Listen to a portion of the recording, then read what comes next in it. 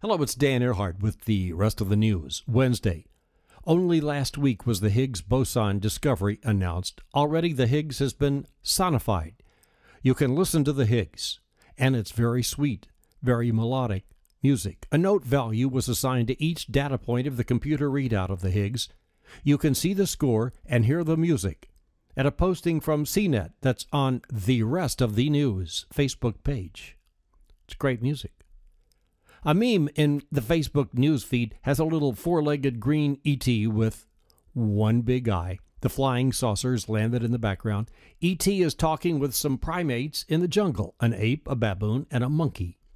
ET says, "Let me get this straight. Everything on the planet was working just fine until your cousins got uppity?" An article yesterday in Big Think postulates about how hippies saved physics.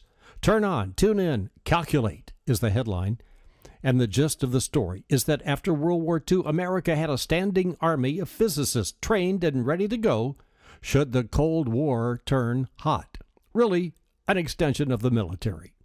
Enter the 60s and a Berkeley physics discussion group which dealt with the late-night big questions of quantum theory and went on to refocus the whole field of quantum physics. One physicist says that hippies made physics fun again. Last week, the first several billions of dollars were approved to begin construction on the first segment of the bullet train between L.A. and San Francisco. The first tracks will run from Madera to Bakersfield. Remarks by executives and politicians range from, "This is a courageous step forward for California's future," to "It will require endless subsidies and push California over a fiscal cliff."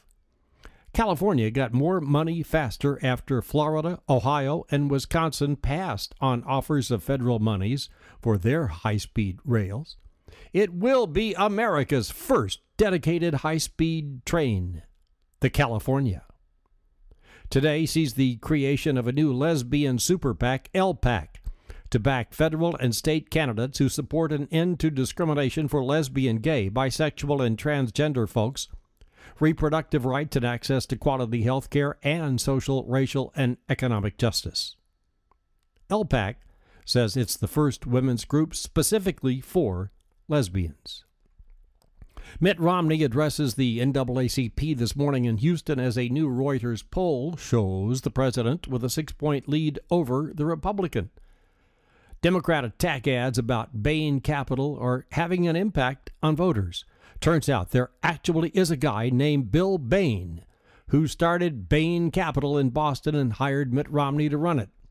Big Think says the Bain Capital way is to create as much value at the lowest cost as fast as possible, and that's it. Bain Capital didn't give $1.5 billion to the Bill and Melinda Gates Foundation last week. Warren Buffett did. Peter O'Toole announced his retirement yesterday at 79. The Irishman said, "It is time for me to chuck in the sponge, to retire from films and stage. The heart for it has gone out of me. It won't come back."